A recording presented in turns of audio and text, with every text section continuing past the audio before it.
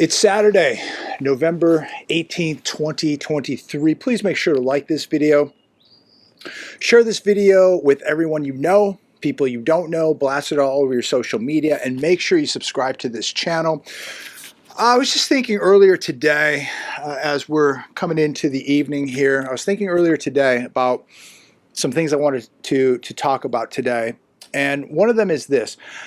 You know, we're watching daily major events taking place across the globe. We're watching major economic events unfold, political events, wars. Things are really beginning to increase around the world at an alarming rate. And one asset that we don't really speak a lot of, and that asset is time.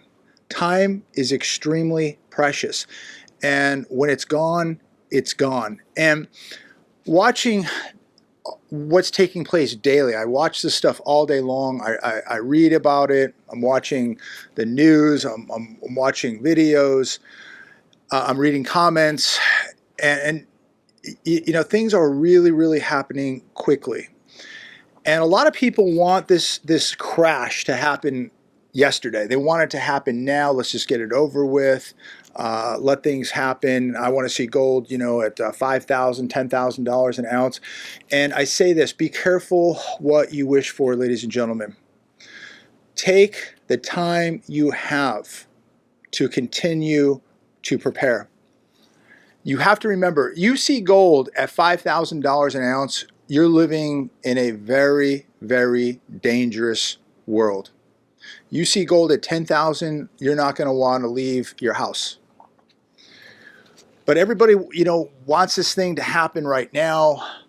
They want to see gold go to 5,000, 10,000, and they don't understand what comes with this. I say that, look, I hope that they can put this thing off for a while because it allows me more time to prepare. But I also realize the more they put this thing off, the worse it's going to be. But take the time that you have, because they're going to do everything they can to put this off. And in doing so, they're going to make things much worse. So use the time that you have. It's critical. Every day that you have, use it to add to your food preps, to your security, to your training, to your skill set, to your knowledge. Yesterday, I trained jiu-jitsu for 2 hours. Today, I hit the gym for an hour. Tomorrow, I'll probably just recover. Monday, 2 hours jiu-jitsu. Tuesday, probably back at the range, back to the gym, and then back to jiu-jitsu for a couple hours. On top of, you know, working, doing videos. You got to make the time, ladies and gentlemen. You got to make the sacrifice right now. You've got to be preparing your body. You got to be preparing your mind. You got to be preparing your finances. You got to be preparing your spirit right now. These are things you have to be doing daily now. You all have to be walking the walk. This is a lifestyle now. If you really believe that things are going to get really bad, if you really believe that we're heading towards a collapse or a depression 2.0, or we're going to see crazy chaos in society, why are you not preparing? Or what are you doing? Like, how are you preparing? Are you preparing enough? Are you preparing the right way? And many people will say that they believe, yes, financial collapse, going to get a great deal on a house, but they don't understand that with a financial collapse comes a societal collapse. People are going to go hungry. What if we see a government shutdown? What if the dollar crashes? Hyperinflation. People on food stamps, WIC, EBT, etc. They're not going to be able to eat. Then on top of that, you have a lot of people in this country now from all over the world. How are they going to eat? So this is going to come to a very dangerous head here. And when it does, we're going to find out who's prepared and who's not. Now, I was reading an article today, and we talked about this last week. NYPD officer on desk duty after video showed he failed to help boss. Now, we showed this officer being beat on a subway, but it goes a little bit deeper now. The officer that was with him did not help him. And I bring this up because we talk about preparations and we talk about, food preps and preparing financially. Hey, Nuggets chasing the tortoises over here. But we talk about all these different type of preparations, but we don't talk about or much about the preparation of friends that we have, the people that are in our circle, the people we associate ourselves with. You have got to be surrounding yourselves now with lions, ladies and gentlemen, people who know how to handle themselves. And I bring this article up because I was watching the video, and it's shocking to watch a police officer beaten by two, I guess I'll call them suspects or losers, and another officer just standing by watching his lieutenant being pummeled, ruthlessly being beaten. And this guy's face, they showed him in the hospital bed, it looked like he got hit by a train. Cuts, lacerations all over his face, black eyes, bruising. Who knows if he has internal injuries, but he definitely took a serious beating. I mean, it guy looked like he was riding a big bull or got hit by a truck. I mean, this was not like a little fist fight. This guy's face was wrecked. And here's an NYPD officer standing by watching his lieutenant being beaten by two suspects. So the article goes on to say that now he's gone from desk duty to being suspended. They took his duty weapon. He's been suspended. This guy was making $122,000 a year. Now, I guess in New York, that's probably not a lot of money, but still, law enforcement, $122,000 a year, and you can't even step in to help your lieutenant. Not good. But again, who are you surrounding yourself with? I look at, people who make videos and they're talking about the end of the world, the economy's crashing, this is crashing, the banking system's crashing, and there's crime everywhere. And I look at people like that and I go, boy, I don't think that person would probably do much if somebody was attacking them or one of their friends. I mean, I think too many people are spending time talking about the problems or how bad things are going to be, and they're not taking enough time actually preparing for the problems they're talking about. Like, if you truly believe the world's coming to an end, we're going to hit a chaotic time, we're going to hit a financial collapse, we're going to see a societal collapse, how much time are you investing in skill sets in order to protect you, your family, and your assets? I look at some of these people and I go, boy, if that was my friend, would they step in?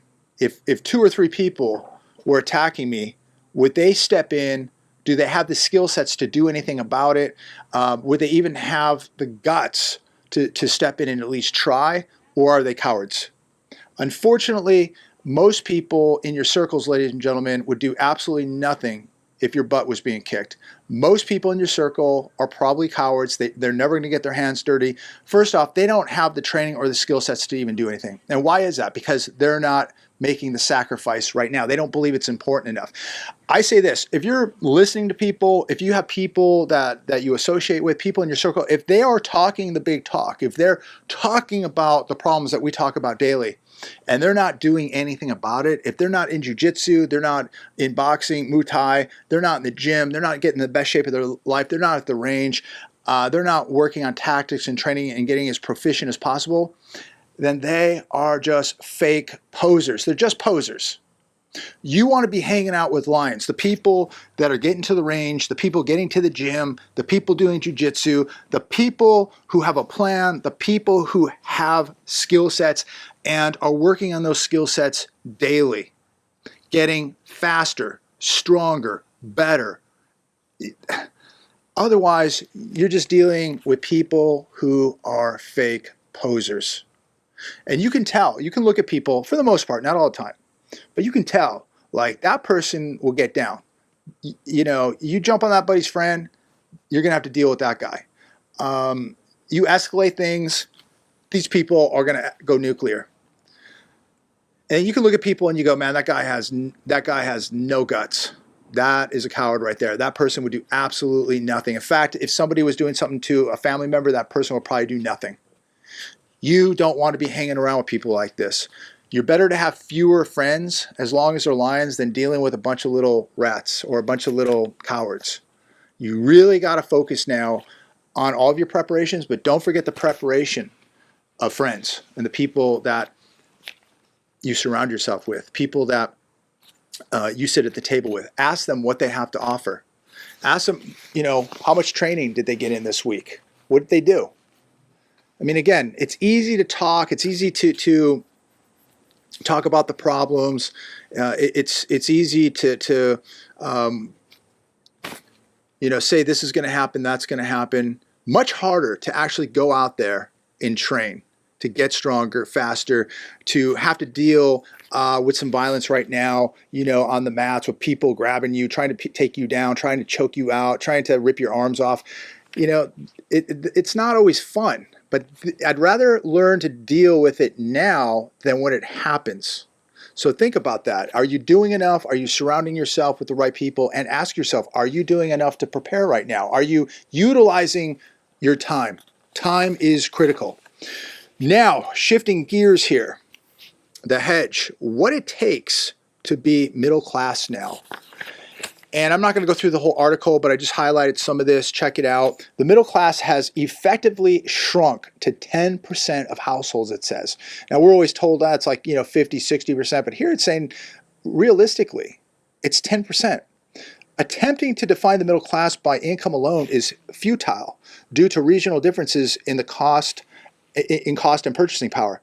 If your household income, ladies and gentlemen, is $100,000 and you're living paycheck to paycheck, guess what? You ain't middle class. Now, it says here, this is what they base middle class on, and they added a bunch more here, but here's 5.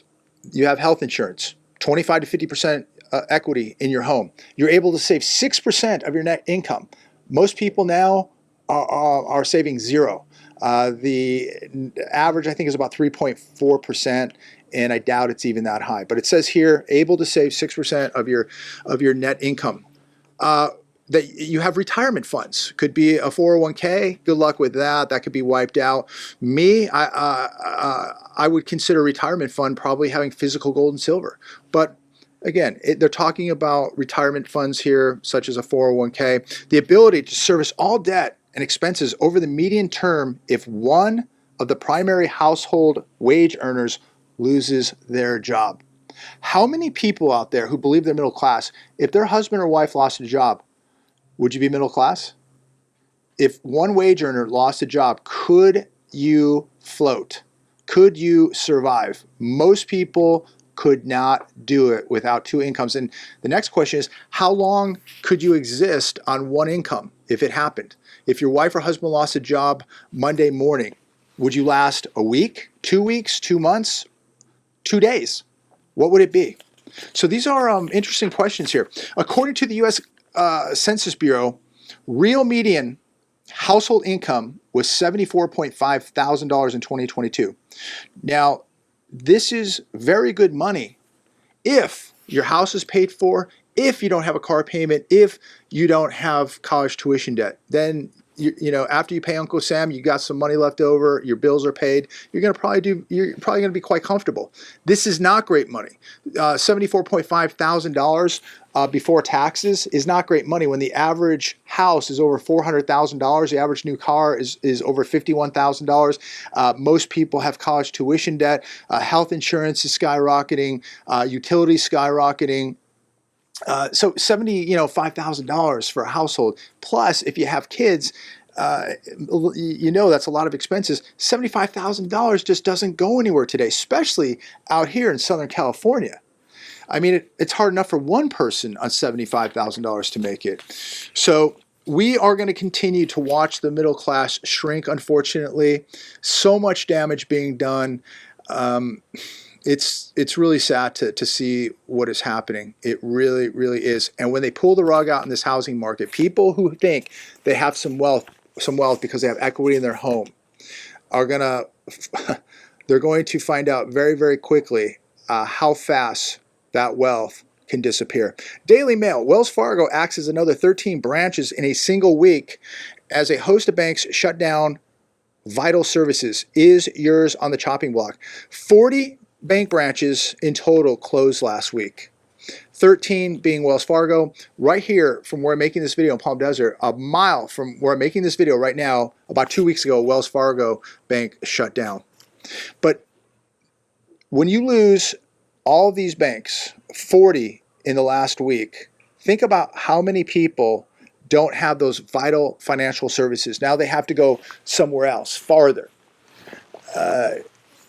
And how many more banks are going to close? This year alone, 1,144 national and regional banks were closed between January 1st and July 31st this year. That's across 49 states. So millions of people now are at an inconvenience and they're without vital financial services. Comment down below, have you noticed this? Have you had a bank in your area shut down? Again, 2 weeks ago, Wells Fargo, 1 mile from here, shut down. And then ask yourself, and please comment down below, why are all these bank branches shutting down? What is going on that they're not telling us? Shifting gears here a little bit. The hedge, who has type 1 diabetes? Maybe some people watching this video today do, but they give a list of countries. I'm not going to go through all the countries, but countries with the most amount of citizens with type 1 diabetes. Well, guess who ranks number one? Of course, it's the United States. 1.447 million people in America have type 1 diabetes. India was second at 860,000. Brazil at 588,000. China at 448,000. And Germany at 431,000, and it goes on. But think about India and China. Both of those countries have each roughly about 1.4 billion people in each one of those countries. And they literally have half the amount of type 1 diabetes in their country with 1.4 billion people. America has about 340 million people. And we're sitting at almost 1.5 million people with type 1 diabetes. Shocking. The obesity epidemic, the health crisis in America, the health care crisis in America, the billions, trillions that all this is going to cost us in the next decade to come, because people are so out of shape, so overweight. And you know, I've said this many times, you know, when I make these videos, I'm not here to criticize or call anybody a name or shame anybody. I want to see you live to be to be old and healthy. I hope I make it to a decent, I don't want to live forever, but I want to live to be a good age, as healthy as possible till the day I die. And I wish that for everybody. You got to get your diet's under control. You got to be working out. Again, everything we've been speaking about daily, about how bad things are going to get. You do not want to be sick. You do not want to be obese. You don't want to be slow. You don't want to be weak. You don't want to be dependent on taking medicine. Get off the couch today. Get motivated. Whatever motivates you. Do 5 minutes today, 5 minutes tomorrow. Work up to 10 minutes, then get to 15 minutes. You got to start doing something. You know, I meet people who watch the show and they go, I'm doing everything, but the one thing I can't do that I'm struggling with is my diet. I'm in bad shape. Stop making excuses and just do it. That's it. I know people personally who have gotten in incredible shape, who, you know, just not that long ago were not in great shape. Now they're in phenomenal shape because they just did it. You got to stop making excuses. You got to stop putting it off. This is a top priority. One of the number one assets you have is your health. If you don't have health, nothing else really matters, does it? I mean, if you had $10 million and you were dying of some disease, you'd give that $10 million up in a heartbeat just so you could live. If your kid was dying, you'd give that $10 million up just so your kid could live. Health is so important, ladies and gentlemen, and without it, nothing else matters. So get right with your physical health immediately.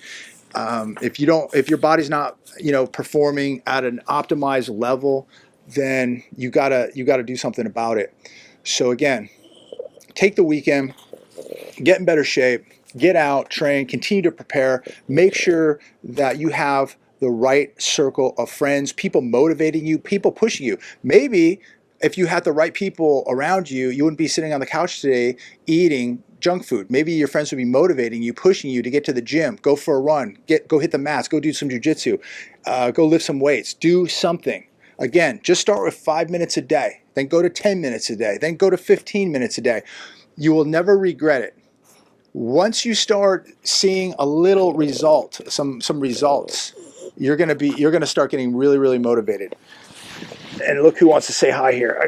Look at this. Now this is probably somebody that needs to be working out a little bit right there. So she wants to say hi. So I'm gonna leave it there today. God bless every one of you. Nugget wanted to say hi. A lot of you have been asking about how she's doing. Mimi's in the house doing very, very well, by the way. But I'm going to leave it there today. Get motivated, ladies and gentlemen. We are living in historic biblical times. You got to be ready for anything at this point. Physically, spiritually, financially. You got to be ready. God bless. Have a wonderful evening. And as always, I look forward to speaking with all of you very, very soon. Make sure to like, share, and subscribe. God bless.